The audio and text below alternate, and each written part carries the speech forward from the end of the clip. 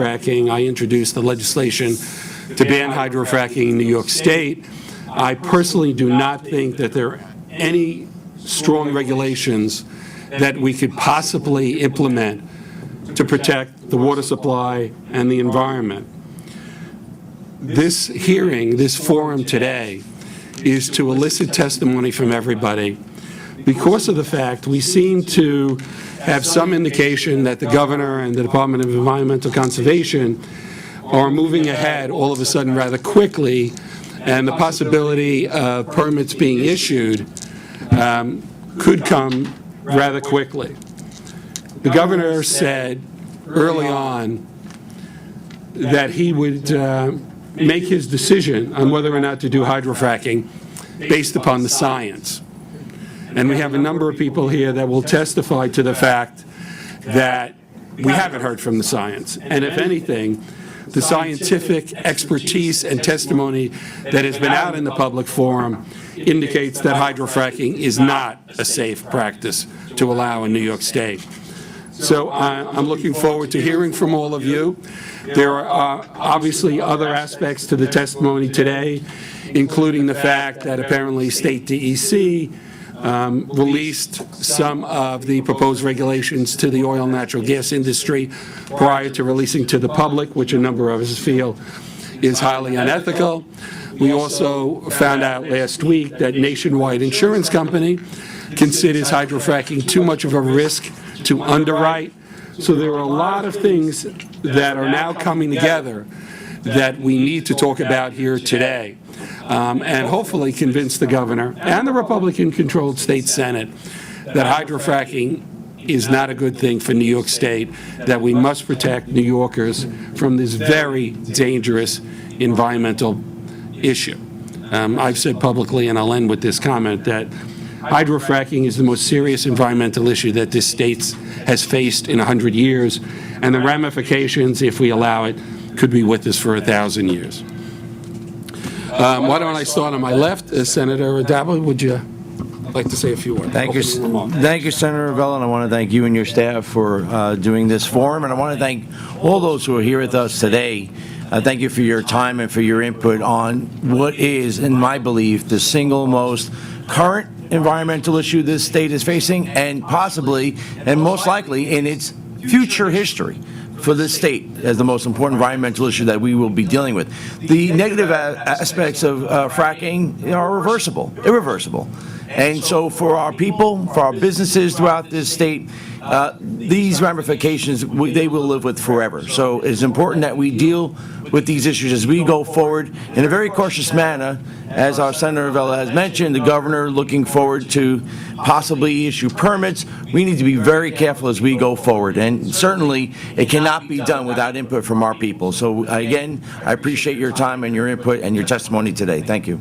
Thank you. Senator Perkins. Thank you very much. I want to first thank you very much for convening this forum, this opportunity for us to share with the public our concerns, and to also let it be clear to Governor Cuomo to stop fracking around with our help.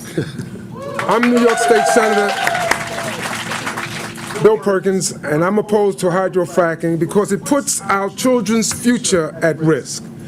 New York City residents have a tremendous stake in whether Governor Cuomo allows hydrofracking in New York.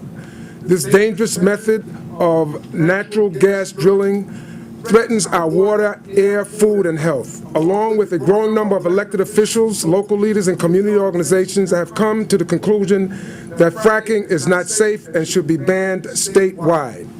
Fracking involves injecting millions of gallons of water mixed with toxic chemicals and sand underground to release gas that is trapped inside shale rock. While this drilling would occur many miles from the 5 boroughs, the health of our city's 8 million residents would be threatened by the pollution, toxins, and dangerous waste produced by fracking.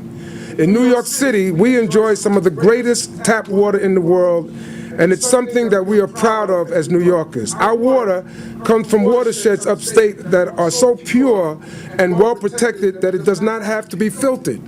In addition to jeopardizing the health of New York City residents, contamination of these watersheds from fracking could require the construction of an estimated $10 billion filtration plant. The fluid used in the fracking process contains around 600 chemicals, many linked to cancer and other health problems. Up to 80% of this toxic fluid stays underground, where it could eventually flow into our sources of water. Moreover, there is no safe way to treat the toxic wastewater that is brought back to the surface. The bottom line is this. The Cuomo administration's proposal to protect New York City's watersheds is inadequate to ensure the safety of our water.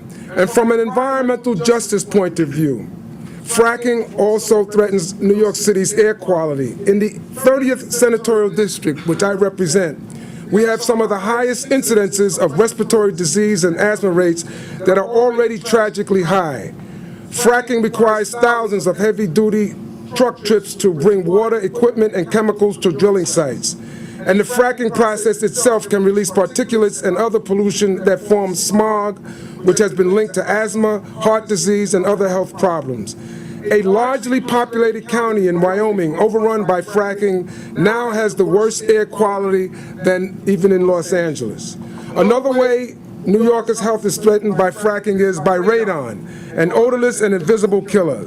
The shale formations in New York contain high levels of radioactive gas. The DEC tests have found thousands of times the maximum level of radiation in wastewater produced from shale wells in New York.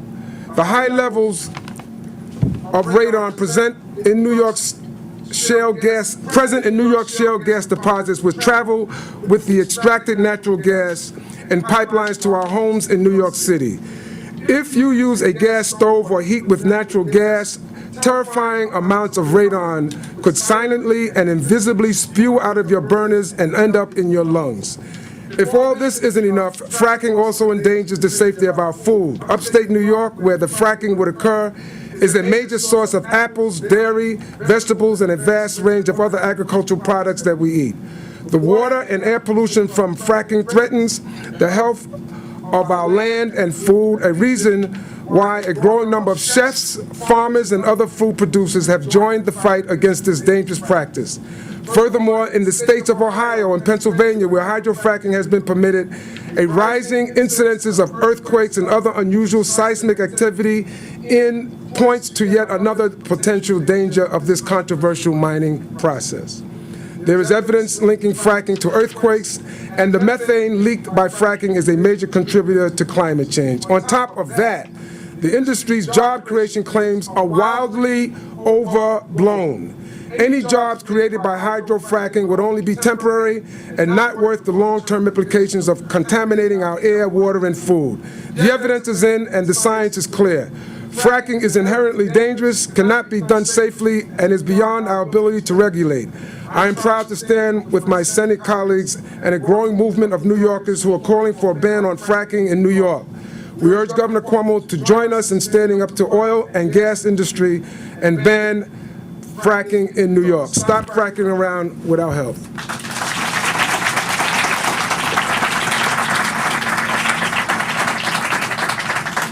Couldn't have said it better myself. I stole it from you. Senator Krueger. Thank you, everyone. Well, I'm very proud to be here with my colleagues, and particularly Tony Avella, who's been an incredible leader in the fight to educate the legislature and the public to the dangers of fracking. And I think my colleague Bill Perkins pretty much just went down the laundry list of why it is clear to me, and has been, that the science and the evidence are quite clear that this cannot be done safely anywhere in the state of New York. Perhaps someday the industries will figure out a way to remove gas from below the Marcellus Shale without putting our environment at risk, but clearly that is not the reality today. Now, the good news is we don't actually need that gas today, and it will stay there underground. And when someday somebody comes up with a mechanism by which to withdraw natural gas, and if we need it, can be done safely, then it will be still there waiting for us. But at this point in time, there is no justification to put our environment and our people at risk from signing off on permits in any of the counties of New York State to drill. And I actually think this is a great example of doesn't matter who runs your government. I'm very confident that if my Democratic colleagues were the majority in the Senate and Tony Avella was the chair of the Environmental Committee, both houses would have passed legislation in the last section that made sure that none of us had to be worried about permitting going forward. Unfortunately, we don't yet have that reality, and so we continue to have public hearings so that you, the public, the experts, the scientists can tell us why we must not allow hydrofracturing in New York State. Thank you, Tony. Senator Squadron. You know, it's a funny thing the way that this issue has developed over the last few years. I remember maybe 4 or 5 years ago, it was an inevitability that, of course, we wanted to have fracking and as quickly as possible until just a few people, probably even a fraction of those in this room, started to raise some alarms and concerns. And in that time, the evidence has rolled in. And those few people, those canaries in the coal mines, or whatever sort of animal you have at the bottom of a fracking well, were proven to be correct and really prophetic in their understanding of some of the side effects. And today we're in a situation where there's some good news. There is a growing consensus that there is no way that fracking should be done in the New York City watershed, that it's just too important. That's great news, but the other side of that coin is a little bit strange. If it's not safe enough for the New York City watershed, why is it safe enough to do anywhere? Why is it safe enough for the Delaware watershed? Why is it safe enough for areas along the southern tier or in any county in New York State where you happen to have humans and communities and an ecology? So look, if we have locations that don't have humans, don't have an ecology, don't have communities, there might be a reason to do it there. But until we find those, I think it's clear there is no reason to rush into fracking. It doesn't make any sense. And thank goodness 4 or 5 years ago, before the cry and the science had gotten to the level it is today, we didn't rush in. I just shudder to think what information, what science we'll have 5 years from now. Let's just hope it won't be too late. I really thank especially Senator Avella and all my colleagues, but Senator Avella in 2 offices now has been one of those creatures down at the bottom of the fracking well trying the alarm. And your leadership and as a colleague is really deeply appreciated. Thank you. Thank you. We've also been joined by Senator Montgomery. Senator. Thank you. I also join my colleagues in thanking Senator Avella for leading our conference on this issue. It is one that is extremely important to constituents that I represent, even though I'm from Brooklyn. And I think that we have been joined by people from around the state in expressing concern. I have certainly testified before the DEC and made my positions known. I am absolutely against this hydrofracking. And I want to also thank the people in this room and those from across the state who have been in Albany every week to remind the governor and to remind the legislature that this is the #1 environmental issue in our state, across political divide and across the regions in our state. So thank you, Senator Avella, and I look forward to hearing more from people who understand this issue and who are willing to put their lives on the line to make sure that we do the right thing in the state of New York. So.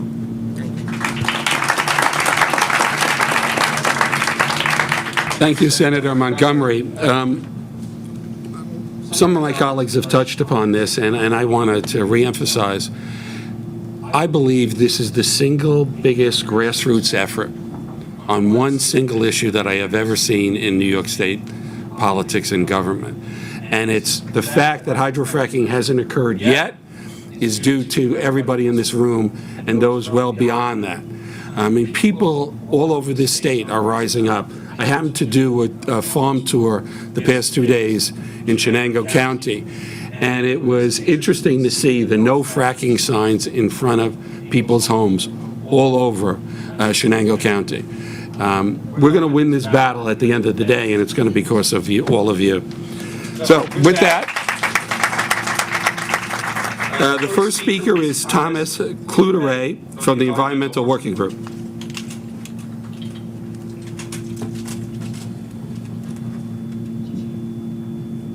Good morning, and thank you for the opportunity to be here to speak about New York's decision on whether to allow high-volume hydraulic fracturing, a decision that will certainly have a profound impact on the Empire State for decades to come. My name is Thomas Cloutier, and I'm Assistant General Counsel for the Environmental Working Group, or EWG. For years, EWG has worked closely with citizens, public interest groups, and lawmakers at all levels of government to champion policies that protect public health and the environment. As I mentioned on the steps of City Hall last week, EWG has closely followed New York's fracking debate since 2008, when we were invited to testify before the New York City Council, raising concerns about the inherent risks of shale gas drilling. Like many others, we also submitted public comments to the DEC on its draft drilling plan, highlighting the plan's many critical flaws and scientific gaps. Taken together, the draft plan, its shortcomings, make clear that New York is simply unprepared to make a decision on hydraulic fracturing at this time, or at least one that is informed by best science. Further, records EWG obtained from the DEC show that this lengthy review process may have already been compromised when the DEC gave gas drilling companies exclusive access to detailed rule proposals and draft permit language. That access gave drillers an opportunity to influence this rulemaking process weeks before the public even saw the draft rules, despite pledges from the governor that this process would be fair and transparent. In one blatant example, a drilling industry attorney who represents Chesapeake Energy Corporation, among other oil and gas companies, used this opportunity to try to weaken testing requirements for radioactive pollution that might run off of drilling sites during heavy rains. As you would expect, the DEC has criticized EWG's Inside Track report, which brought this preferential treatment to light. The regulators say they've done nothing wrong by sharing these documents with oil and gas companies. According to them, it was not only justified but necessary to meet their obligations under New York state law. Let me be clear. EWG has never suggested that the DEC engage in unlawful activity in this rulemaking process, and yes, we recognize that regulators have to develop cost estimates for their regulations and analyze how they will impact the subject industry. But nowhere in the law does it say regulators must share detailed rule proposals or specific permit language with the drilling industry outside of the public's eye behind closed doors. Nowhere in the law does it say regulators can cover themselves by citing vague language on the DEC's website, which simply says regulators have communicated with all sorts of stakeholders. Hardly a public acknowledgement that they have shared key documents with the drilling industry, and only the drilling industry weeks in advance. And nowhere in the law does it say regulators must engage in preferential treatment and leave it up to public interest groups to file records requests to reveal how the draft plan could be so tilted toward the drilling industry. We challenge the DEC to explain in detail how this behind-the-scenes dealing with the drilling industry is in fact necessary under New York state law. We also challenge the DEC, and the governor's office for that matter, to fill in glaring gaps in the records we obtained in response to our initial records requests. For example, we received emails in which regulators said they were going to send key documents to the drilling industry, but we never received copies of those transmissions themselves. We received documents mentioning meetings and phone calls with drilling representatives, but no records of what was said and what was done during those meetings and phone calls. I should add that we did not receive a single phone record generated in 2011 between 7 members of the Cuomo administration and some nearly 24 drilling companies and their representatives. I find it hard to believe that there were no such calls. As the New York Daily News reported on Sunday, the governor and his inner circle prefer to communicate using BlackBerry pen-to-pen messaging if they cannot talk by phone. Unlike regular email, this leaves no real paper trail. Perhaps that explains the gaps in the records we received. If others in state government and the drilling industry are following the governor's example of conducting business in ways that creates no permanent record. We may never know what has happened behind the scenes as the state's draft drilling plan makes its way to the governor's desk. As the governor said, however, this rulemaking process must be fair, transparent, and science-based. So far, it has not lived up to that standard. Not in the backroom dealing between the drilling industry and regulators, not in the state's badly flawed and unscientific draft plan, and not in the modified proposal the Cuomo administration floated last month in the New York Times. As you know, that plan would limit drilling to several counties along the Pennsylvania border or to areas where the Marcellus Shale is 2,000 feet below the surface and the shale is at least 1,000 feet from any water supplies. Well, EWG has carefully reviewed thousands of pages in the draft plan, industry studies, and government reports. And we can find no scientific basis for the idea that these limitations would be sufficient to protect New York State's precious water supplies, as the Cuomo administration maintains. In fact, a variety of evidence suggests otherwise. A 1987 EPA report to Congress found that a shale gas well hydraulically fractured at a depth of more than 4,200 feet below the contaminated water supply just 400 feet from the surface. Industry studies have found that oil and gas wells routinely develop leaks that allow gas and potentially associated contaminants to migrate from the deep underground to the surface. The U.S. Geological Survey has found that rock layers above the Marcellus Shale are already highly fractured by natural processes, providing pathways for contaminants to migrate upward into New York's water supplies. The Geological Survey has also found that New York officials don't even know where the locations of many of these underground water supplies are. Given the survey's concerns and its status as one of our leading scientific agencies, EWG would like to see the survey analyze Governor Cuomo's modified drilling proposal before any decision is made. As we've said before, New York cannot afford to be drilling first and asking these important questions later. New Yorkers deserve a plan that is backed by best science and a review process that is truly fair and transparent. Only then can Governor Cuomo know how and whether shale gas drilling can be conducted safely. So with that, I thank you very much for your time. Thank you.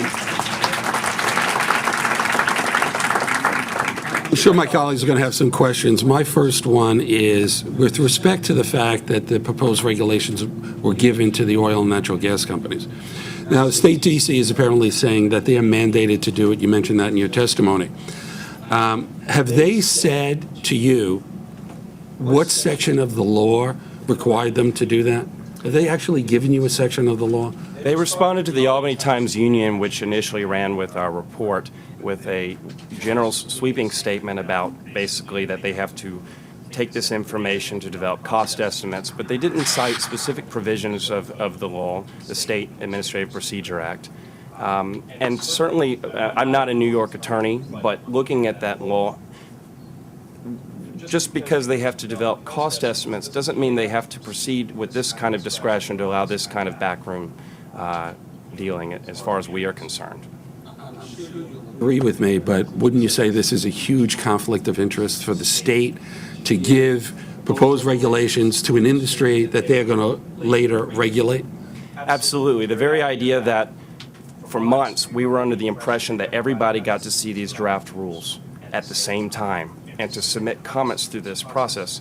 And then we find out the report we had and we were finally able to pull everything together came out in June. That's months later to realize that not only were the drilling industry representatives seeing these documents before the rest of us got a bite at the apple, they were having an opportunity to try to weaken the standards or the permit, for example, to remove testing requirements for radioactive pollution, which we've seen it can be highly carcinogenic.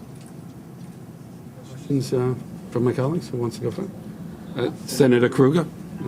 Just for the record, when we learned about this through your FOIL, which I appreciate very much, we also, a number of us wrote to DEC asking for an explanation, a justification, and an understanding of what might have changed between their initial draft that went to the industry and the actual draft that the rest of us got to see. For the record, we haven't gotten a response yet. Sure, and I'll say, although the testing requirements for radioactive pollution are still there in the draft permit, given these gaps in the documents we did receive, and the fact that this plan is so tilted toward the drilling industry, we have many lingering questions about what else may have been happening there, and we'll continue to ask those questions and hope that the department will provide those answers. Perkins. So have you had an opportunity to share your concerns with the governor? We have not reached out directly to the governor. and we've not received a response to him so far. We did follow up with additional Freedom of Information Law requests to address those apparent gaps. I think we sent an additional 10 to the department and the governor's office to try to close in some of those gaps. So this, I just want to be clear. So in your efforts to kind of get a sense of where the governor was coming from, you contacted his staff or the agency, or how did you go about doing that? The way we've done this is through our Freedom of Information Law request. Okay. And so I noticed, since you haven't had a chance to engage him, I'm just wondering, why would the governor put himself in such a contradiction in terms of allowing the industry to have access to certain information that normally wouldn't be allowed, the lack of transparency and accountability? What do you think is that? What do you think is his motivation here? I think at the very least, the governor should have questions for the very experts he's going to be relying on to inform this decision. And I'll leave it to the governor to do that outreach, and hopefully the people of New York and lawmakers will ask those questions of the governor and his experts. Thank you. We've also been joined by Senator Stuart Cousins. I also, in addition to Senator Krueger, sent a letter to the governor after this and DEC commissioner about this issue, asking for what section of the law requires the agency to do this, and similarly, as you did, ask for copies of everything that was sent to the oil and natural gas companies. I haven't received a response either. It's very disconcerting that the agency that is supposedly supposed to protect the environment is in fact cooperating with the industry that we're very concerned about. It leads one to believe what is moving the system. Is it the science, or is it the money that the oil and natural gas companies are distributing throughout the system? Very disconcerting. Any final comments? I think, as you pointed out a few moments ago, at the very least, the fact that we have an apparent conflict of interest demands more answers before New York can proceed with this decision. Good. Thank you. And thanks for the good work that you're doing on this issue. Thank you.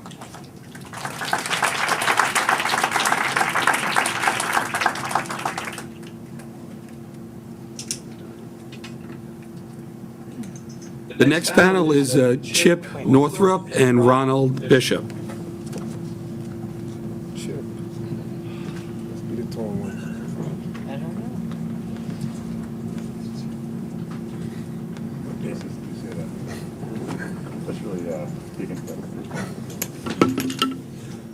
I'm Chip Northrup.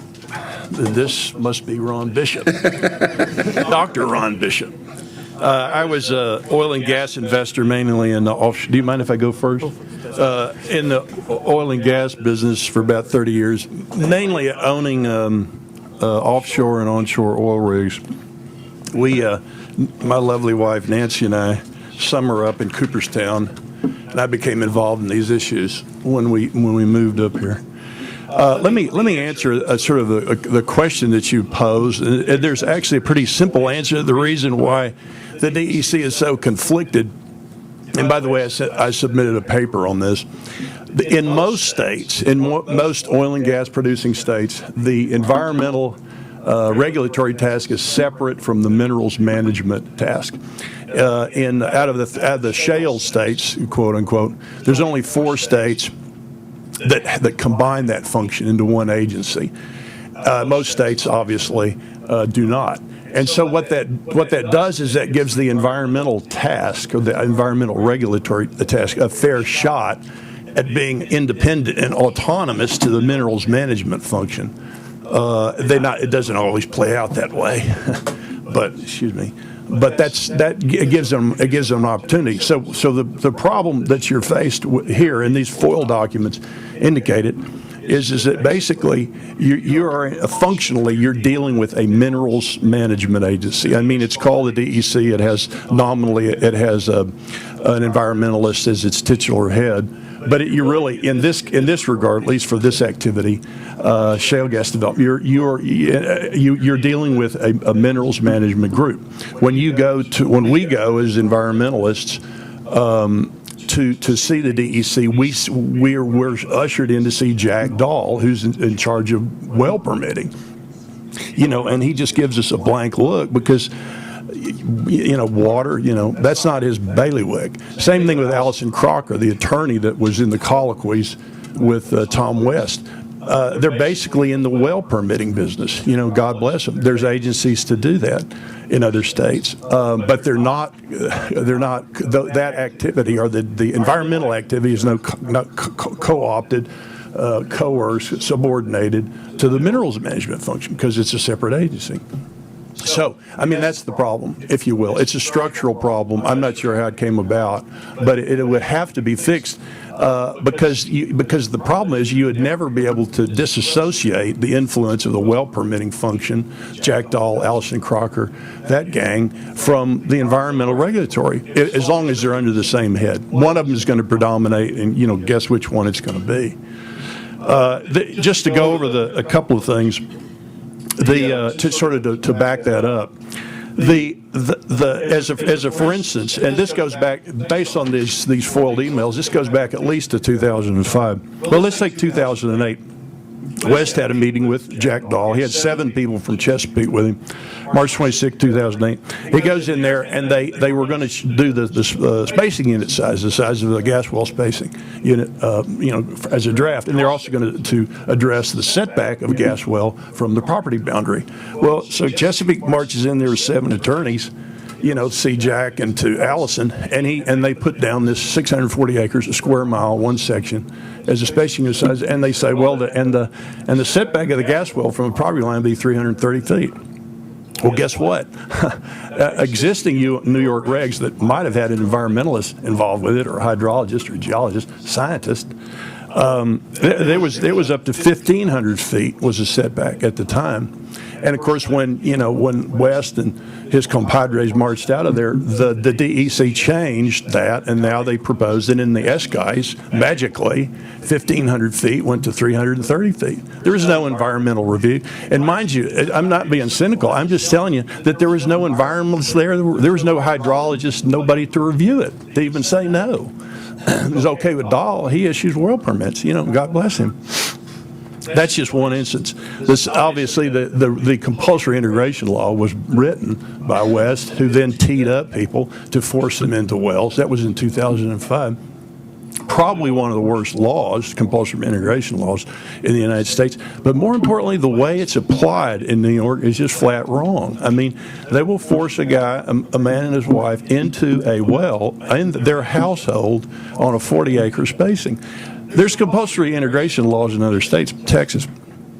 In Texas, maybe twice in the last 60 years is it applied. Only under exceptional circumstances is a compulsory integration law applied, even in other states that have a higher supermajority than New York. New York's got 60, most states have 70. Not so. The DEC has got a whole queue of compulsory integration cases lined up, and the applicant is represented by the same guy that wrote the law, Tom West. I thought I'd seen it all in Louisiana, but this place tops the cake. I'm sorry, fella. Ladies and gentlemen, but that's the way it is. Now, the question is that what they run for cover over is this Article 23 of the New York State Environmental Conservation Law. That's where it mandates mandates to maximize the efficiency of oil and gas extracted. Well, efficiency. We're all for efficiency. Who's not? But they take it as sort of that's basically the running room to just go ahead and do whatever they want as a minerals management agency, and basically turn the DEC into a minerals management agency and just drop the E, the sort of inconvenient E out of their name. Then one other couple of things that they go around and they say we've got the toughest regulations in the country. Well, no, they don't. They're not good. As Ronald pointed out, and as some other people point out, the history of regulating gas wells in New York State is sorry. The number of wells that are actually inspected per year is about 2/3 of the number that say be inspected in Texas. So the regulatory function is flawed. It's inadequate. It was actually audited in '92, and the DEC basically flunked the audit. Let's talk about the regs. They've had 3 iterations of this S-Geist and, 80,000 comments and whatever, 1,600 pages and all these hearings, and Ron and I waste our time in. Well, guess what? The setback for a gas well in the state of New York is 100 feet from a house. You can drill one of these big shale gas wells 100 feet from somebody's house, 150 feet from a church, 150 feet from a stream. That's the worst setback in the United States. There is no state, there is no county out west where counties have zoning authority. There's no township anywhere that would have a setback that's low. And these fellows have the audacity to say that they have New York, just relax, trust us, we got the best, toughest regs. No, you don't. Again, I don't know where those came from, but basically there's no science involved. Setback from a pond, from a lake, is 0. I mean, there's no science there. It's just that's because it sounded like a good number for Chesapeake. The other one, this is getting a little esoteric. I know I'm eating up on Ron's time here, but there's no seismic regulations in this state. In other words, you could shoot a seismic test. You could drill holes, borehole, pack it with dynamite, boom, and check the seismic. And there's no regulations where you can do that in this state, except on state lands. In other words, you could do that right next to a church. I mean, for all I know, you could do it in a cemetery. Kaboom. That's kind of odd, I must say, particularly a cemetery. Like, for instance, in Louisiana, you can't shoot seismic within 1,000 feet of a boat.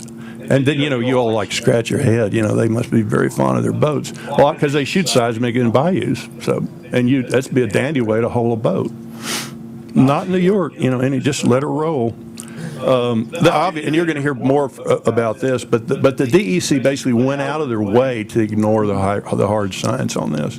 I mean, you read the S-Geist, not only did they ignore it, but they basically took the industry line and they went back and not with the hard science, but they went back and they disputed the hard science that had been presented, particularly from Howarth and from Jackson, Osborne, and the Duke methane study. They just took pot shots at it. It's the kind of pot shots that the industry would have taken. No, isn't that a surprise? And of course, as we know, the non-industry people don't really get a hard look at these regs. They certainly don't get a meaningful input in it. And for instance, they hired out the review of these 80,000 comments to Alpha Engineering, among others. And Alpha Engineering was the group that they had hired to write the report. So, they might give themselves an A, don't you think? Because the rest of us, we're going to get our comments. Ron's well-considered comments will be reviewed by the same people that wrote the report. Gee whiz. I can go on. But this is something too that first caught my eye. This is one of the few states in the United States that does not tax gas at the wellhead. And the problem with that, there's a couple. One of them is that means nobody's out there actually reading the meter. There's nobody from the state reading the meter that the state would get money off of. This stuff is 7.4% gas tax in Texas, is 15% in Arkansas. It's 0 in New York, and there's really no state that has any shale gas potential that is, even now Pennsylvania, that is devoid of the state revenue directly from the. And the apologists say, well, New York is they're high taxes. We have high taxes. Well, you're missing one. I'm here to tell you, it's a line on him on a run ticket. The state severance tax. Just let that roll off of your tongue. The science, or sort of the environmental science, if you will, that's manifest in the S-Geist, is really a bunch of political payoffs. I know that's the wrong term, I think, but what I mean is that, I'm sorry, nothing impugned here, but I mean, it's directly a function of the number of voters affected. I mean, it's not just, New York City's reservoirs, but you can trace that all the way down to, say, the lowly organic dairy farmer who has, voting presence of zilch, if you look at the setbacks, for instance, the protections in the S-Geist, it's a direct function of population. It's really a remarkable piece of work. Some firm in Houston probably dreamed it up. But that is in fact the science. In other words, you could you could take those regs and you could match them up, correlate them with the number of people protected, and that is the science. It's political science. I don't mean to insult any poli-sci majors, but that's not science. Sorry. This is a sort of an anecdote, but the revolving door at the DEC is basically directly to the industry. I mean, they may be out there, and I wish they would raise their hands, but Ron and I don't run into any ex-DEC employees, on the anti-fracking circuit. They're all the people we run into, or the fracking shills, if you pardon the expression, ma'am, are ex-DEC employees, and that's because they're minerals management people, like they would be in Colorado, or in Texas at the Railroad Commission. That's understandable, but there's no revolving door for an environmentalist. The fact that they have an environmentalist, as their figurehead that's good for. So let me make some suggestions, if I may. Your assembly colleagues, I think, might want to subpoena these people. I think, if they don't answer your questions, well, come tell mama.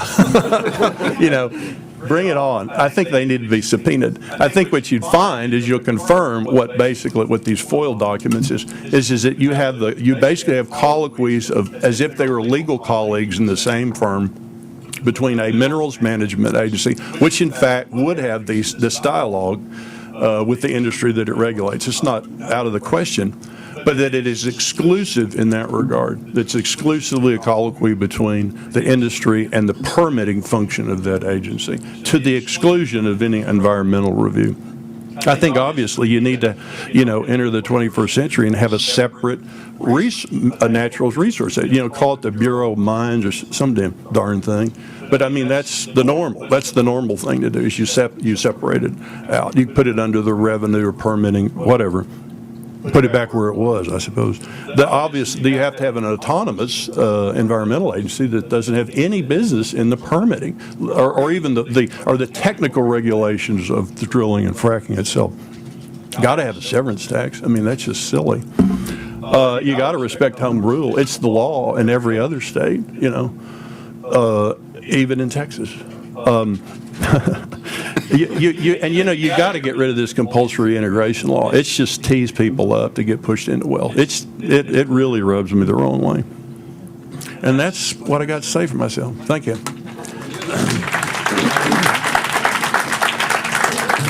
I think it would be helpful just for you to state your background in the oil. Okay, yeah, I kind of glossed over that.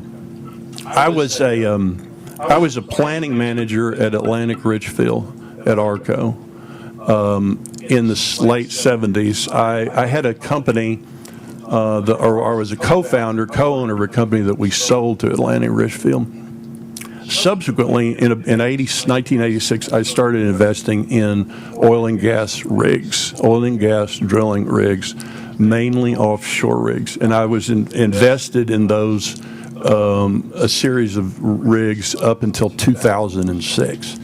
And then I have owned oil and gas production in the states of New Mexico and Texas. The rigs are all over the world. But just as for instance, the rigs were subject to Coast Guard regulations. The oil and gas properties were subject to the BLM, to the feds, to the state of New Mexico, the state of Texas, county regs. So, and this was all before the EPA got fracked out of the oil and gas business in 2005. So everything, in some of those properties would have maybe 3 or 4 regulatory agencies, including the EPA, and that is typical out west. In fact, I think maybe the record is like California, where there's 6 regulatory agencies that have supervision over oversight over oil and gas drilling. So that's probably a good place to start, is to bifurcate that activity. And like you say, to put this in perspective, if that doesn't happen, then you just really should not be doing this here. If this was out in the bleak West Texas, it'd be another thing. There's nobody living out there and whatnot, and no wells to pollute. But it's not. The hydrological and topographical scenario in this state is just terrible to be doing this sort of thing. And frankly, if there was any part of Texas that even halfway looked like this, we wouldn't be doing it. Thank you. Senator Squadron has a question. Just very briefly, Yes, I know sir. we've got kind of just two items. Any estimate on what a severance tax could net the state? No, well, right now it'd be kind of a big fat zero because that's another thing about this is that this is a real roller coaster revenue source, and we didn't get into this, but none of these dry shale gas wells would be economic in this state at this time. This is dry methane. None of these wells should be economic. There would be no ad valorem tax paid to local municipalities, because they're all a function of the profitability of the well, and they would be shut in. So, I mean, not to be facetious, although it comes easily to me, it would be close to zero. You see, because it's really based on the productivity. Like, for instance, the severance tax in Texas, it's a net present value of the well. And if it's unproductive at this point, it was shut in, it'd be like zero. But I mean, it could be, if at 5%, on the other hand, at $10 an MCF, it could be a lot of money. And it's certainly, it's a functionally a necessary amount of money, or you have no money to pay for the state roads. You have no money to pay for the 15 regulators that the DEC has. Anyway, excuse me. So, and just the other question, a lot of different states got thrown out there. I think we all noted that we're worse than Louisiana, and sadly. Well, I don't mean to offend it. It's a convenient whipping boy for Texans. It works in New York too. So, but quite seriously, a lot of different states. If you were to compare New York's regulatory and oversight structure, in terms of both effectiveness and independence, right, to another state in the union, what state would that be and why? Or is I would probably Belize. Maybe. No, Belize. Wouldn't you say Belize? No, Colombia maybe. So none of the other 49. No. Well, first of all, let me say that's addressed that's addressed in this paper. It's because it compares the 31 quote shale states, the regulatory structures of 31 shale states. If you throw in the lack of a severance tax, which is important because absent a severance tax, you have no revenue. So New York, it'd be pretty much at the bottom. New York is the single worst, probably, of oversight and independence in the nation, in your view. I think so. I haven't seen it. If you put all those factors together, I don't see there's nobody that'd be any worse. I don't think. Thank you very much. Yes, sir. Thank you. Senator Krueger now has a question. Yeah. No. She has one more question. Oh, yes, ma'am. All right, so your follow-up to Senator Squadron's question about how much we could make off a severance tax, and the point that these wells really couldn't be profit-making at this point, leads me to the follow-up question. Some people have suggested that this whole exercise in New York State right now is sort of akin to mortgage purchase sale debacle trades, and that Chesapeake and some of the other companies who originally went into contracts with landowners to have the rights to drill is really a business exercise in itself, now leading to flipping, so to speak, or group sales of the rights. Do you have, you were shaking your head, so maybe I should have waited until you got to testify, but do you have an opinion about the business model of what's really going on here? It's a Ponzi scheme, ma'am. It's basically what happened in New York and Deborah Rogers has really done some really good work on this. It was in fact a land flipping exercise, and the financing of it was actually facilitated when they changed the SEC rules in 2008. And basically, what it did is it enabled you to make up any value that you wanted for your reserves. So you would go out, you'd tie up a lot of land, you'd basically try and lease land from some dude in a beard driving a buggy, and for nothing, which is what they did. And And then you would find a well, drill a test well, pick your best well, and then you go get a Netherland, Sewell or some reservoir engineer down in Houston to give your assets on your reserves a big value, and then you float junk bonds against it, or you'd sell stock or whatever. So it was, it was kind of a scam. It is kind of a scammy deal. It's not that all of these wells are uneconomic. It's just that the overall financing structure. It's not like some mortgages are good, but there was the preponderance of it was a scam, which is why basically Chesapeake collapsed, and. Among other reasons, the thing obviously that tripped it up is all that works as long as the price of gas goes up. As the price of gas goes back, then all this is basically exposed. The falsehoods of it are exposed. So yeah, it was kind of a scam, and particularly here in New York where they tied up a bunch of land. Let me just one quick point about that. Senator Grisanti tried to increase the well spacing from 1 square mile to 2 square miles. The reason why Chesapeake wanted him to do that is because you can hold the acreage with one well. So in other words, if you increase the spacing unit size to 1,280, 2 square miles, then basically you could hold the leasing of with just one well. That's not so good. That's in the gas industry's favor to do that. Thank you. Thank you. Thank you very much. Thank you, sir. We really appreciate your testimony. Thank you.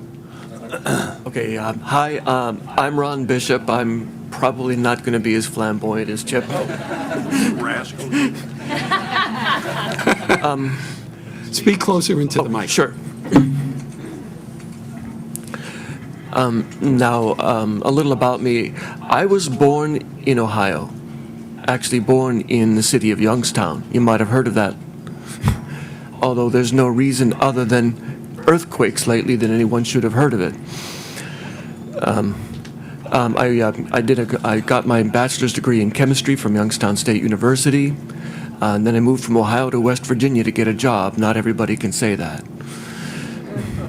After managing a laboratory at the medical school for a couple of years, I was strongly encouraged to apply myself, and so then a few years later they kicked me out with a PhD degree from the West Virginia University School of Medicine. Following that, I did postdoctoral work with a contractor for the National Cancer Institute at Fort Detrick, Maryland, for several years. And then after that, I went to work for a biotechnology company, especially working on biosafety issues, especially viruses and so forth. And during that time, realizing that I had liked the contact with the interns and students and all that sort of thing that I did not get with the biotech industry, I also went back to night school for education to make an intentional conversion from full-time research to full-time teaching. And I've been then doing full-time teaching since then. I currently teach chemistry and biochemistry at the State University of New York at Oneonta. That'll handle those sorts of questions for you. Now, how did I get into this mess? About 4.5 years ago, some friends of mine in a very new at that time group called Sustainable Otsego heard of an industry like this shale gas industry, coming our way, and they asked me if I knew anything about it, thinking that since I lived in an area with a lot of minerals extraction before, I might. Well, I didn't. And I started looking around myself, who can teach me about this industry, who can tell me what to expect. Because they tapped me, not only because I'm an academic, with chemistry and biochemistry, but I'm also a construction professional, a commercial industrial electrician with quite a few years of experience working my way through school. So I actually at that time went to the only people I knew who could teach me, the people at Schlumberger, Halliburton, BJ Well Services, and the like. And I learned an awful lot about the gas and oil business from them. I've learned a lot more in the meantime from a good friend of mine, Lou Allstadt, a retired vice president of Mobil Oil Corporation, who is a friend and a neighbor, and his wife and I sing in a group locally. So this is sort of my exposure to the industry, as of about 2008. And along the way, I decided to started to try to take a hard look at, okay, well, what's the science? What can we expect? Using my tools as a scientist, as a chemist, what can I find out of what's been going on? I'd heard a lot of hand waving on both sides, and I hadn't picked one. And I can make that longer story shorter. I've picked one now. What is it? For the record, those who say that hydraulically fracturing with horizontal high volume, high pressure, hydraulic fracturing to extract oil and gas from unconventional resources, those who say it can be done safely have yet to demonstrate a single location where that's been shown. So when I've looked for the place where, that's kind of fun. Somebody. Somebody's leaning against the light switch. Can you repeat that again? Sure. I have heard it said by others that extraction of oil and gas through horizontal, high volume, high pressure hydraulic fracturing, and then in subsequent recovery of the resources from unconventional, reservoirs can be done safely. I have not found a single location in the world where that is actually true. And we now have a lot of locations in the world where that's been going on for almost 10 years. So I follow the data, and the results, the evidence tells me it can't be done safely. It hasn't been done safely. Now, what I want, and I've done some writing on the subject. I did, in my terms, a scoping document white paper that I called a chemical and biological risk assessment for natural gas extraction in New York. And if you haven't received a copy, I'll make sure you have at least an electronic one before I go. And subsequent to that, I started developing different sections of that white paper for special study. And as a result of that, I actually did provide some of you at your Canandaigua meeting, although I wasn't able to attend because my teaching load prevented me. I talked about the history of oil and gas well abandonment in New York State. And to me, the upshots of that history were that in the 1970s, when DEC records were first beginning to be kept, we had our best reported success in enforcing industry compliance for plugging abandoned wells. And that rate at that time was 24%. Through the 1980s and 90s, their success rate in enforcing compliance and plugging inactive wells dropped by half to 12%. And then in the 2000s, it dropped by half again to 6%, where we are today as an average. So we see a DEC that is actually at an all-time record low point for actually enforcing compliance on one of the most important aspects of the industry. Now, what I want to focus on for you today is just two case studies that say there's a little bit more trouble in Houston. I'm going to talk about two instances of pretty traditional vertical well projects fouling New York homeowners' water wells. You may or may not have actually heard about the details. I picked these two case studies because they're very interesting from a couple perspectives, and they're very well documented. Another thing that is a little bit unusual, because I find that for most of these kinds of incidents, our DEC is very good at efficiently sweeping the stuff under the rug. But here's two that got away from them, and I'll just introduce them to you, and I'll leave your people, possibly Rebecca, with all kinds of paperwork if she'd like to follow up, possibly with the Office of the Inspector General, or maybe you'd like to subpoena some of these people. In the February of 2009, the David Eddy family noticed that there was a ring of new natural gas wells going in and around their property. And they could hear, of course, the logging and all of the other preparatory steps. They could, see all of the trucks that were related to the grading of the well pads. And then they knew when frac week came, because they could hear the uptick in the in the business. Now, these are a lot smaller and more compact kinds of projects, but there were 4 of them in a ring around this family's home, about from as near as about 330 feet to as far as about 1,500 feet away. And they were all being developed by U.S. Energy Development Corporation, which, although it's not based in the state, has a major office in Gettsville, just north of Buffalo. They noticed a big change in their water on frac week. And again, these guys were operating fairly sensible, that is to say, bring the well services companies in all at one time to do 4 very close together wells. That's just a good business model. But the Eddy family called everybody. They called the county, health department, the environmental branch at the time headed by Tom Hull, and they also, of course, called the DEC. And the agent who's most active out there in Region 9 in that part of the region would be Brian Jandrew, and his boss is Chris Miller. You may know Chris because of having been reprimanded just this last year by the Office of the Inspector General for failing to divest himself of management of his family's oil and gas business before taking a supervisory role with DEC. But I'll let you guys work that out. U.S. Energy came and did their own well water testing. They also invited Culligan from nearby Bradford, Pennsylvania, to come and do some well water testing for this family.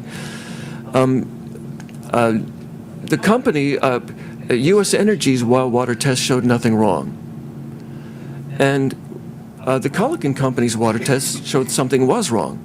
There was they found traces of oil and oil byproducts in the water well, the kind that didn't belong there. And a follow-up sampling by the Allegheny County Health Department also found some of these problems with the well. And this is what the family was complaining about: bad odor, bad smell. It tasted like gasoline. This is, by the way, very strange. This is not the kind of damage you expect from a gas well anywhere, particularly not the fairly dry gas wells, because the targets out in their part of the state are typically the Medina sandstones. These Medina sands live below the Marcellus but above the Utica, and it's believed that it's the Utica that's actually the source of the resources that are in the Medina sands. But they're dry gases. There are not very many of the wet hydrocarbons that have to be purified away from them. And in fact, across wide swaths of the state, Medina wells, our DEC permits companies like Lenape Resources to actually market the gas without any post-processing except for separation from the brine. So that's really dry gas.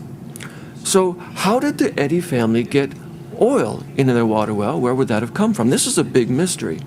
It's a mystery that Brian Jandrew spoke about at length with a landowners coalition head who went out to visit him, but he wouldn't talk to me when I called him on the phone. I found that interesting. And his best guess was, well, there was an abandoned well in between the Eddy family and this arc of new gas wells being developed. And on frac day, when they, of course, were able to, send out, these hydraulic fractures in the Medina sandstone, which are targeted to go 200 to 500 feet. The occasional one gets away and goes for half a mile, might have intersected with this abandoned well. Now, no search for an abandoned well was ever conducted that I could find any documentation for. And as I mentioned, Brian Jandrew wouldn't speak at any length with me about it when I called him on the phone. So shortly, now U.S. Energy, while saying they had nothing to do with the Eddy's water well problems, installed for the Eddy family a carbon filter water treatment system, and they also offered the Eddy family a cash payment if they would sign a non-disclosure agreement. He took the filter system, but he said no to the cash, and that's one reason it's as well documented as it is today. Well, this all happened out in about 2009, and the wrap-up that I could see from the County Health Department documents and the U.S. Energy documents was about August or September of 2009, and I hadn't heard anything more. So I decided to FOIL request a final disposition, a final investigative report from the DEC. Well, what did you decide? I filed this with the DEC on August 15th of 2011. And I received from the DEC that disposition letter, dated September 8th, 2011. So when you ask for a final report, they'll get around to writing one. And the conclusions of this letter basically said, well, it's an incontrovertible, it's highly probable that natural gas development was responsible for fouling the Eddy family's water well. But because we don't know which of the 4 wells being developed near their home was the culprit, we can't assign blame or anything like that. And so when the SGICE was being written and they said, well, there have been no incidents across the state to speak of, they didn't speak of that one because it was inconclusive. But if you like that, you'll love this one.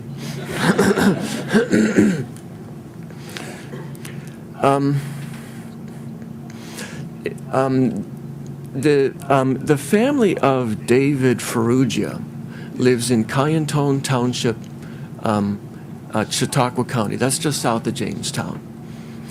And they built on 22 acres a new house out there in 2001. They had a new well put in, and of course they had it analyzed, at the time they put it in. It wasn't just a sale like with the Eddy family who bought their property in 2003, but they did the whole, ball of wax with that. They heard that some new gas development was coming into their neighborhood soon, so they then did a pre-drilling baseline water quality study on their water well. And in fact, the local driller participated with that. Now, the local driller had about 3 wells within about 1,000 feet of the Ferrugia family, although in the paperwork, Jack Dahl and Chris Miller only ever referenced one of them, the one that's about 330 feet away. And that seemed to be all that they were interested in.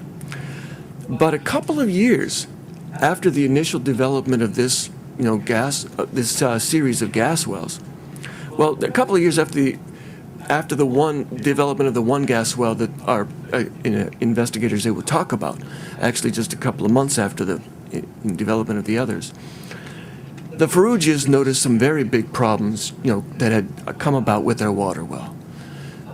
It was tasting salty, it had a sulfur-like smell, and it was making them sick. They called everybody. They called the Chautauqua County Health Department. The water quality specialist there, Bill Boria, is the guy on the scene. They also, of course, called the DEC, and Region 9 officials once again are on the scene for that. And the water quality specialist there did a couple of tests, and he determined that their well water had gone up dramatically from its earlier tests. Dramatically in terms of methane content, chlorides content, and also a couple of the heavy metals that are associated, typically with the brines of gas drilling. And so he thought that it was highly probable that gas development had actually been responsible for somehow messing up this family's water well. And he also recommended that do not try to use the water.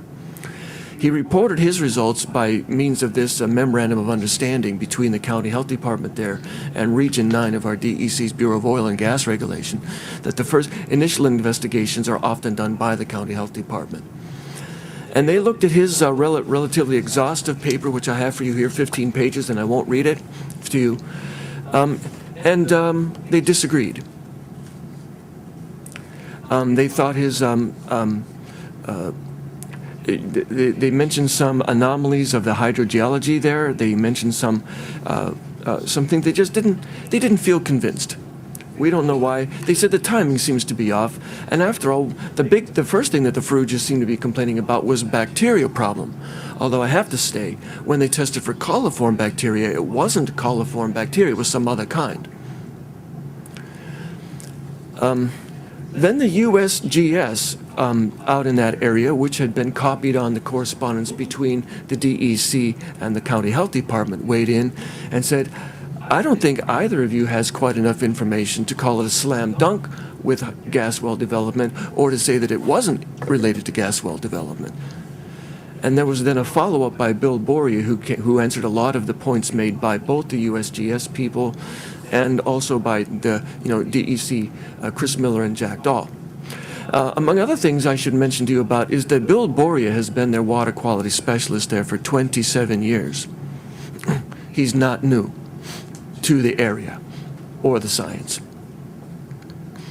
And as a final disposition, what I want to mention is that some of the things that the DEC people were complaining couldn't happen, was, for example, this idea of bacterial contamination. It must be their septic field, their leach fields, or something like that. And Bill Boria described in detail, because of being with the county, he had all the records. There's no possible way for their septic system and leach fields, and besides, the bacteria that showed up weren't coliform. Actually, I can tell you, based on the fact that they smelled hydrogen sulfide, we know what kind of bacteria they were. They're an ancient life form called Archaea, and their name is probably Desulfovibrio desulfuricans. And when you do top hole drilling, as is common in the state of New York, with no biocides, with no drilling mud at all, mostly with compressed air and a little bit of glycol ethers for foaming agents, you go down about 100 feet past, deeper than the nearest usable water well, and then you pull all your rigging up to set the surface casing.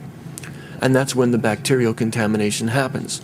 The bacteria that are on your drilling rig that you went down to, say, 800 or 900 feet, depending on what the nearest usable water was in the area, often encounters these zones that are rich in these sulfate-reducing bacteria. And then when you bring them up into a freshwater aquifer, they take off, at least in the bottom of the aquifer where there isn't as much oxygen. And the difference, of course, is that if you contaminate someone's underground water, drinking water with chemicals, you've got a bad problem for the next few hundred years. But if you contaminate them with a biological, you're done. They not only don't get diluted out, they multiply. That's what bacteria like to do.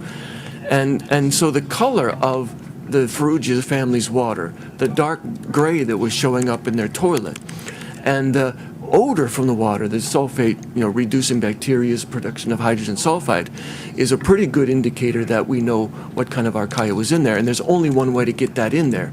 Neighboring drillers following the waterway, not chemically, but biologically. Over and over again, I have attempted to provide this information, this kind of information, this academic qualifier to the DEC for the last 4 years, that this is an aspect of the drilling industry they need to be careful of. They have not returned any of my messages. They have not returned my papers either, so I'm hoping that they read them. But what I'm seeing is that they have access to people who've done research, who've been looking hard at the independent scientists. It's on my dime. I'm doing all of this. But I'm not getting the same kind of access. I see people like Chesapeake and Nornu and Range getting to our DEC. So I just put that out there. This is the science, though, that we have, is that our agency is trying to look better than they are by sweeping some things under the rug. And you might like to question them on that. Thank you. Thank you.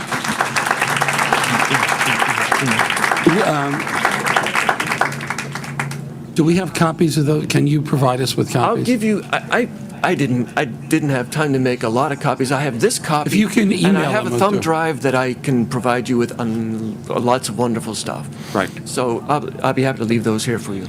Questions? No? Thank you. Your testimony was great. Thank you. Oh, Senator Montgomery has a question? I just wanted to ask you, actually, this is from the testimony of Mr. Northrop, but you may be able to answer it. We'll see how that goes. Although believe it or not, I don't usually speak for Chip. I just, he talked about the fact that there are no regulations in terms of setback, the number of setback of a well from a homeowner's property or home. He said there are no setbacks for seismic testing. Okay. And I can, by the way, attest to that because I happen to live in a town you may have heard of. That's Middlefield in Otsego County. And Gastem actually set off some dynamite charges at 7 a.m. one morning in the hillside, on the hill overlooking my home, They hadn't told anybody that they were going to do that, but, well, we all figured it out really soon. So yeah, actually the deal that there's no real setback, there are also apparently no local warning requirements for seismic testing, because our first warning was the dynamite, although it was very effective. Actually, Chip is going to come back if you Oh, want to. okay, oh, good, oh, great, thank you. I wanted to ask you about the regulations on setbacks and the way that homeowners' property, the mortgage on a homeowner's property may be voided based on the fact that a well is not far enough from that property? Right. But the insurance and the homeowner's mortgage? Yes, ma'am. That's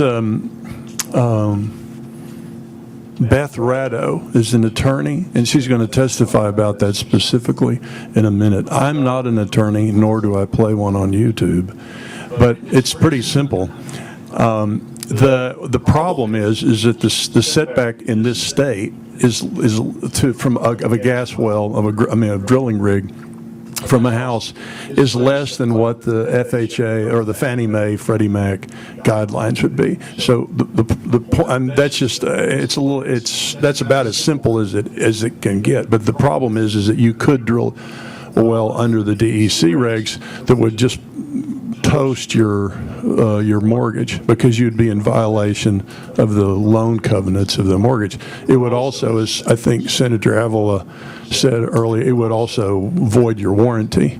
Your insurance. So the problem is that again is the regulations in this state are so bad that they wouldn't pass muster at Fannie Mae, Freddie Mac, in the secondary mortgage market, or in the insurance industry, in the homeowners insurance industry. Next panel may actually be able to go better to that question. Yeah. Senator Stuart Cousins, wait a second. Yes, I just wanted to thank you, Professor, before you go.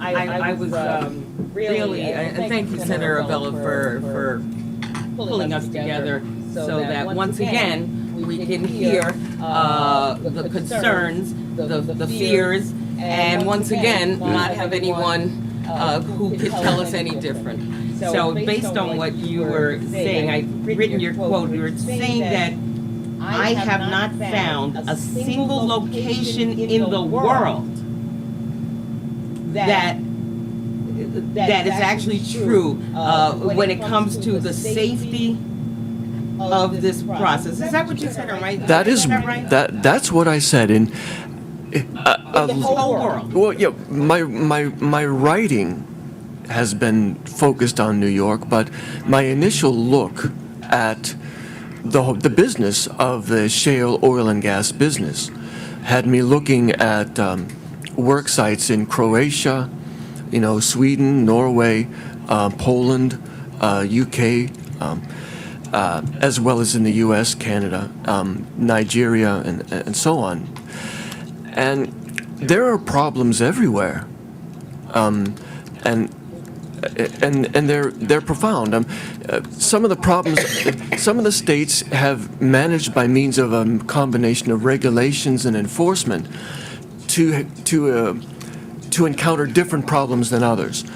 For example, the state of Michigan has a fairly shallow shale, the Antrim Shale, and you would think that they would have had more groundwater contamination than other states because their shale is actually closer to the surface and more problematic to keep away from groundwater.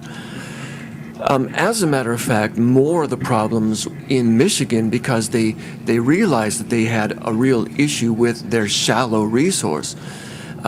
They stepped up their enforcement activity fourfold. They put a lot of money into the project. And they've still had problems, and there are a couple of major documents, or actually video documentaries, one of them with the not-so-fetching name Journey of the Forsaken, that comes from Michigan. But the biggest problems that they've actually had were with companies drilling unregistered, unlicensed pipelines. The most intensive drilling in Michigan has been in the North Woods. Actually, the most intensively drilled county in Michigan is Otsego County, a cruel twist of fate for me because I live in Otsego County, New York. But getting through the North Woods is actually very difficult, and so they've just been basically plowing up stream banks to lay pipelines and things like that. So if you can pick your different area, and you have a different range of problems depending on the success or the failures of their regulatory regime. The biggest problems with air quality seem to have been encountered in Pennsylvania, of course, Colorado and Wyoming. But Kansas has also had profound problems with air quality. People that I have met who are from there say, well, you know, how long can you hold your breath driving up the highway? You don't even have to live next to the stuff. So no, there's not a single place in the world where this has been, you know, attempted at any level of intensity, where the industrialization hasn't gotten away from them. The scale of the step change in the industry, more than any other aspect of it, is what takes people by surprise. When you step up from developing a well with 80 to 100,000 of fluids, and now you need 5 million gallons of fluids, that step change of 50-fold is unsustainable. Basically, you know, you might get away with it once or twice, but by the time your 10th well is in, somebody's been hurt. And it's just been all over the world. That's what we've seen consistently. And I know that we have another panel, so I won't keep you. So I just wanted to say that you are saying that no matter what, there's a problem. And in New York, our ability to regulate is the lowest, at the lowest capacity possible. Right. So even with the best regulations, which I don't believe we have, and you can default to Chip on that, although I've studied them too, even with the best regulations, without the boots on the ground, we're doomed. And when we don't have boots on the ground, and we know what happens to DEC commissioners that ask for more resources from the governor. Thank you. Thank you.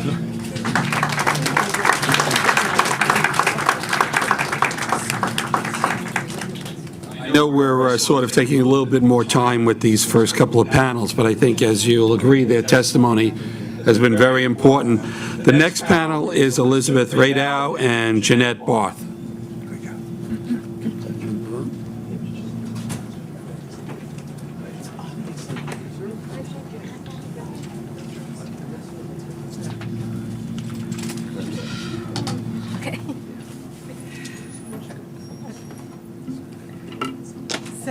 Okay, I think I'm going to start, correct?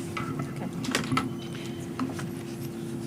Thank you for inviting me to testify. I'm an economist, and I've been developing... I'm Jeanette Barth.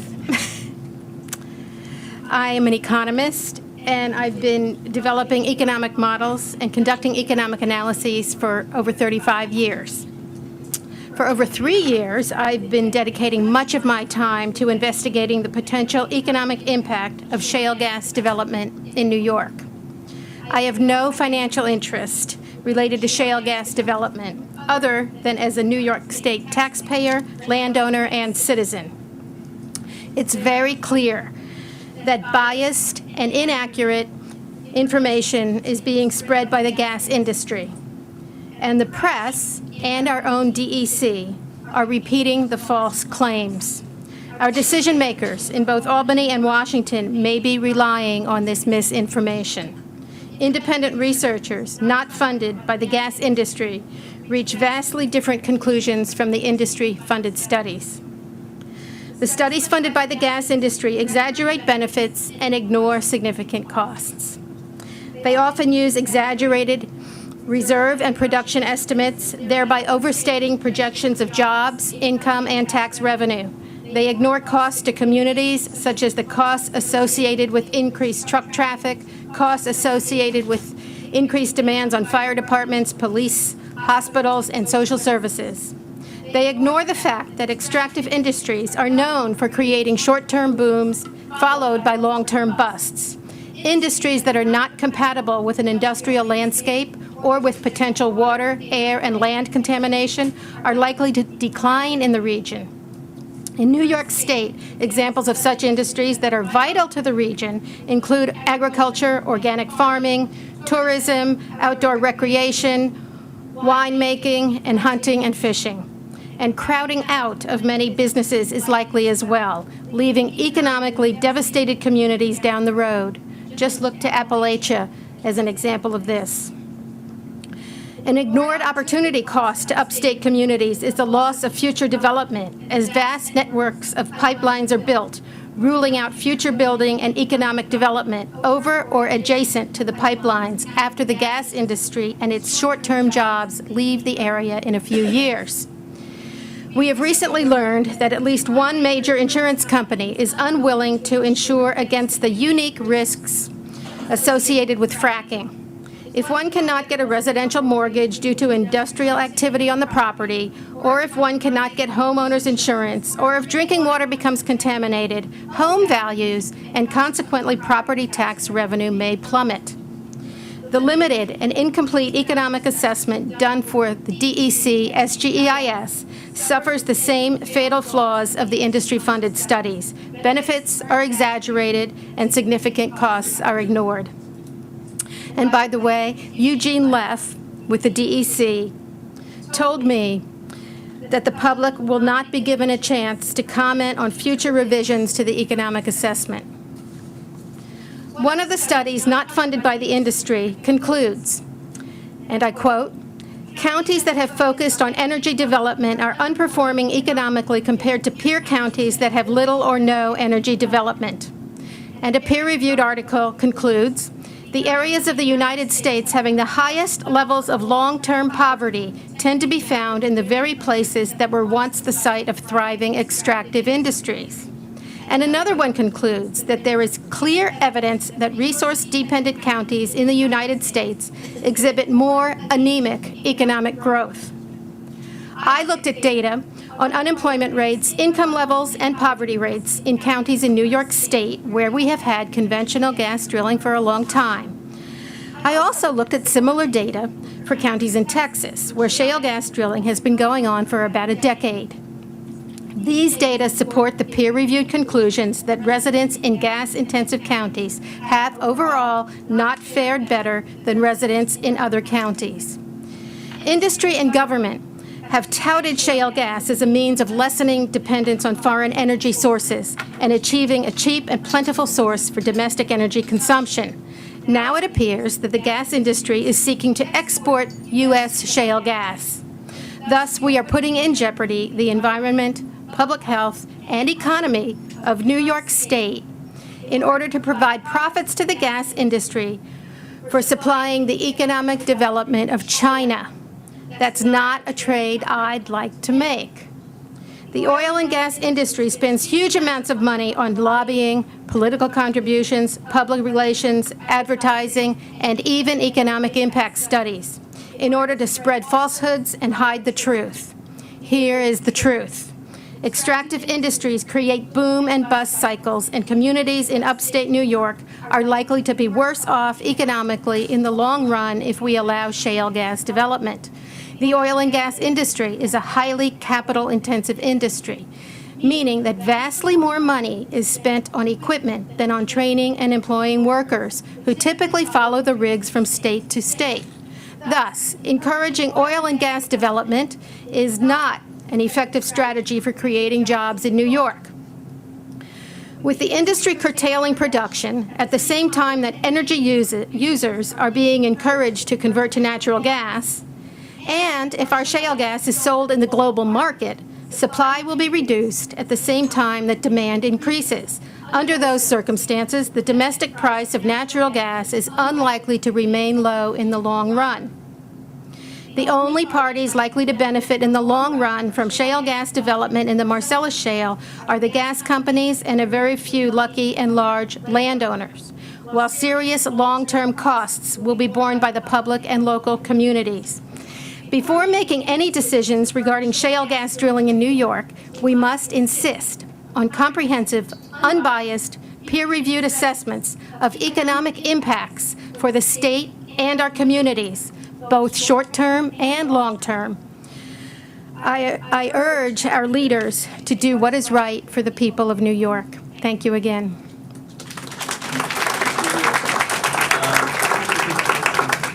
Elizabeth, why don't you go, and then we'll take questions for the panel. Thank you. Thank you, Senator Avella and colleagues, for inviting me here today. My name is Elizabeth Radow. I'm a lifelong New Yorker, a lawyer, and a mom. I practice real estate, construction, finance, risk management. My article on homeowners and gas drilling leases, boom or bust, which was in the New York State Bar Journal magazine, shined a light on the impacts of the gas drilling on the secondary mortgage market. I chair the Committee on Energy, Agriculture, and Environment, which is formerly known as the Hydraulic Fracturing Committee for the League of Women Voters of New York State. My friend and colleague, Mary Ann Sullivan from the League of Women Voters, will be speaking today on behalf of the League. So it's my published research on the impacts of gas drilling and risk allocation that bring me here today. I speak on my own behalf and on behalf of homeowners impacted by fracking who have read my work and contacted me. These people tell me that they were glad when New York entered the discussion on fracking because New Yorkers are leaders, not followers. They asked me to ask Governor Cuomo if New York will preserve our water so we can be the go-to state when their water is consumed for fracking. Almost 1 year ago, Hurricane Irene and Tropical Storm Lee flooded New York's southern tier and regions Governor Cuomo recently targeted for possible hydraulic fracturing. With scores of homes destroyed and soon to be written off the tax rolls, impacted towns understandably need revenue. Others today, Jeanette and Chip, have and will speak about the economics of gas revenue. I will focus on the expense side challenges, which I urge elected officials, from all senators to town supervisors and planning boards supporting gas drilling, to address and resolve before any permits are issued. According to gas industry public disclosure documents, the drilling and hydraulic fracturing life cycle involves inherently risky activity. Fracking uses hazardous substances. It can cause property damage, pollution, injury, and death. Homeowners with standard gas leases could be responsible for damage and loss resulting from gas industry operations, even though they don't control the workers or the quality of their work. Property owners forced by existing statute, compulsory integration, which Chip spoke about, to accept drilling under their property are also not adequately protected. According to its own disclosure documents, the industry is not fully insured for its drilling operations, including general liability, pollution, and control of well coverage. According to a 2010 Range Resources report, substantial increases in premiums exist in regions affected by hurricanes and tropical storms. Insurers have also imposed revised limits affecting how much they will pay on actual storm claims. Last week, Nationwide Insurance, America's largest homeowners insurance carrier, reported that the company would not bind risks presented by hydraulic fracturing, and any policies currently written with this exposure would be non-renewed. Nationwide said risks involved in fracking operations are too great to ignore and apply to all policies of commercial contractors and landowners who lease property to gas companies. Well, it comes as no surprise that homeowners insurance doesn't cover heavy industrial activity on residential property. But what does this policy clarification mean? Well, first, in cases where the industry does not have enough insurance to cover a loss, it will have to pay out of its own pocket.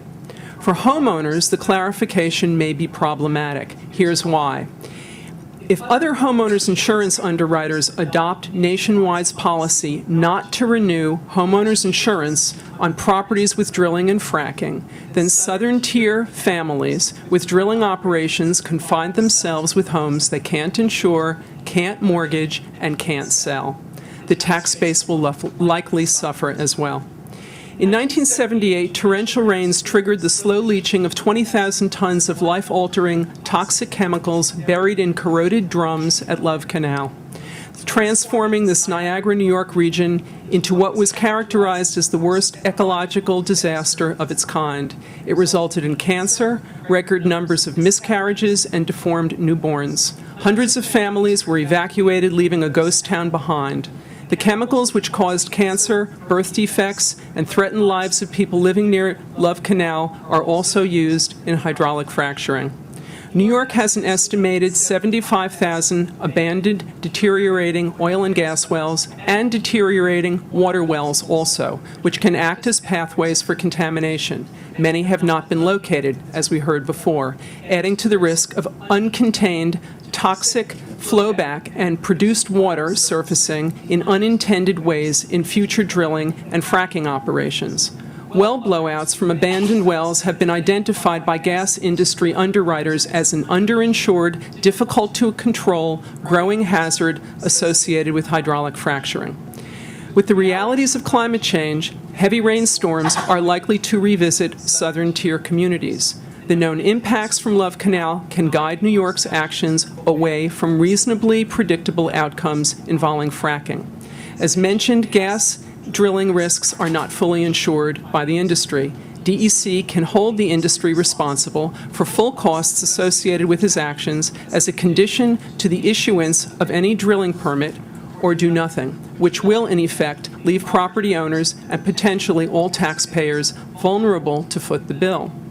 In June, out of concern that the state might proceed to issue drilling permits without a safety net, I developed and sent to DEC and the state's Department of Financial Services a plan to manage drilling risks. I am submitting a copy of my risk management plan with today's testimony and am available to answer follow-up questions you might have. Serious environmental and health impacts happen in the presence of drilling and fracking operations. The industry's public disclosure documents say so. So what stops the industry and the rest of us from consistently speaking these truths? One road to common ground would be to stop framing the decision to drill in terms of safety. Inherently risky activity, by definition, isn't safe.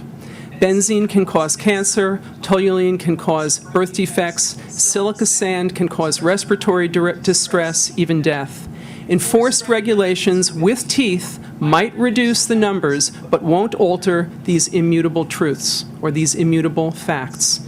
In time, cement casings will crack, toxic water and air will migrate, health impacts will result, property values will suffer, and the tax base may too. Where does that leave us? Well, either New York can drill and place an unknown number of people in their property in harm's way, or we can lead the nation by pushing the pause button until the technology evolves to a point where all parties can agree on how to proceed.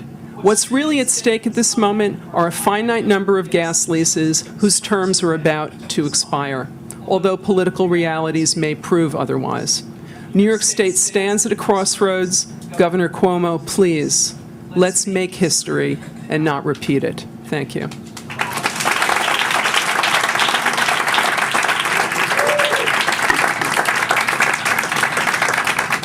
I have one question, then Senator Krueger has a question, and Senator Montgomery. Now that Nationwide has come out with this statement, I guess last week, will other insurance companies, in your opinion, sort of follow suit?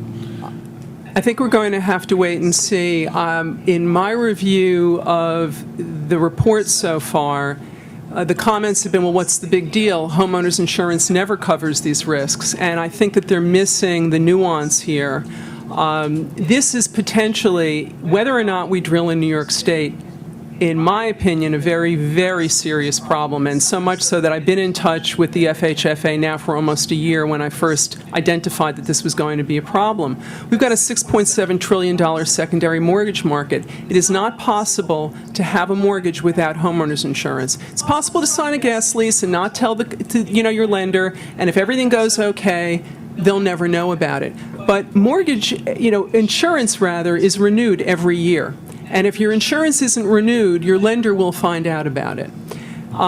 So it's my belief that, yes, they will, because they're going to wake up now. Nationwide's a big company, and what they're saying is, as I understand it, and I think this is going to be played out over time, we're not going to cancel your policy, but if the drilling activity begins on a property with a gas lease, maybe you can even sign a gas lease, and if we do nothing, we'll leave you alone. But if the drilling begins, we will not renew your policy. So now you're going to have to go to somebody else.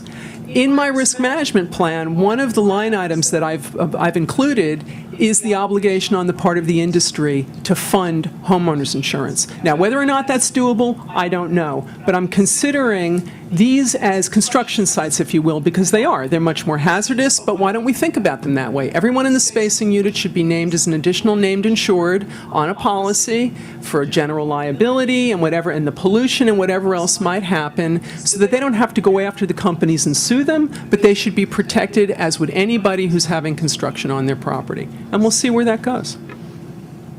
Senator Kruger. Thank you. And in fact, Tony asked one of the first questions I was going to ask.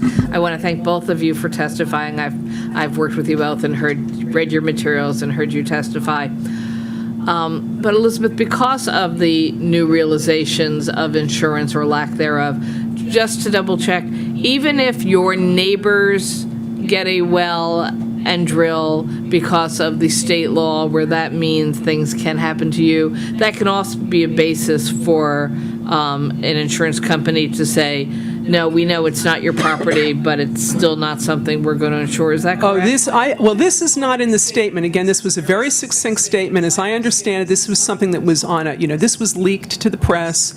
Frankly, it's very important that it was, because we need to get out ahead of this. As I said, we're drilling in states all over the country. And there was somebody in Pennsylvania recently who applied for a mortgage. He does not have a gas lease, and he was denied the mortgage because there's drilling going on within a short distance of his home. We hear these stories all the time. There's this wonderful woman, Jamie Fredericks, in Ohio, who had compressor activity on the other side of her property. This lovely woman became very ill. She's had surgery, and she consumed the water that nearly killed her. And her home's value has nearly plummeted.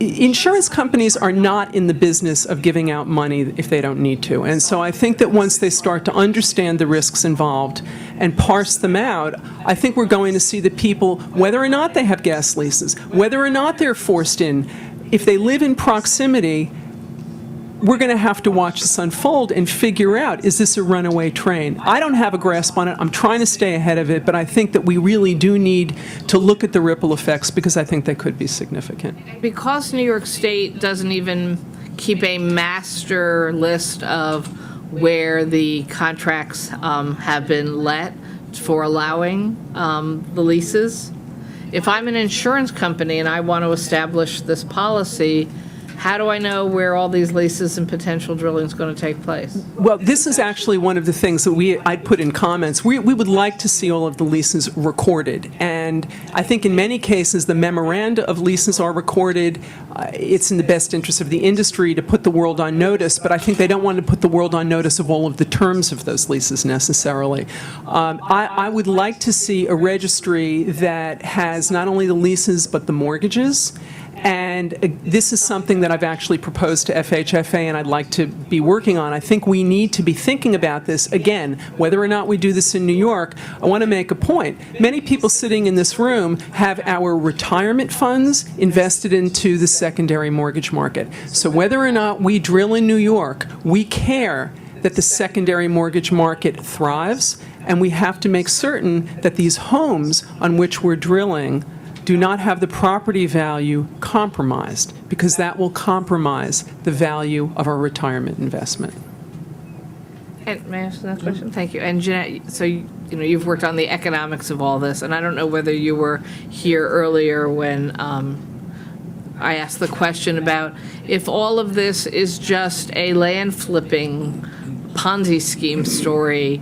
What are the economics of that for New York? Is that like a win-win somehow, bizarrely, that everybody got to sell their land for more money than they thought it was worth, and thank goodness nobody's ever going to drill anyway? Remember, most of these are leases we're talking about, and flipping leases is what we're talking about. And so no, a lot of people didn't really sell their land for a lot of profit. That I've heard that as well, like a land grab. That's what it was with Chesapeake Energy, for example. And I really recommend the work of Deborah Rogers. I think Chip mentioned that name. She's done a lot of work on explaining this very, very clearly. But that's nobody benefits. And as I've always said, in the long run, the only parties that are going to benefit are the gas companies and a few lucky and large landowners. Could I add one thing here I left out of my testimony, but I think it's important given some of the talk I heard Chip mentioned the lack of a severance tax, and that's really important because no money was going to go to New York State.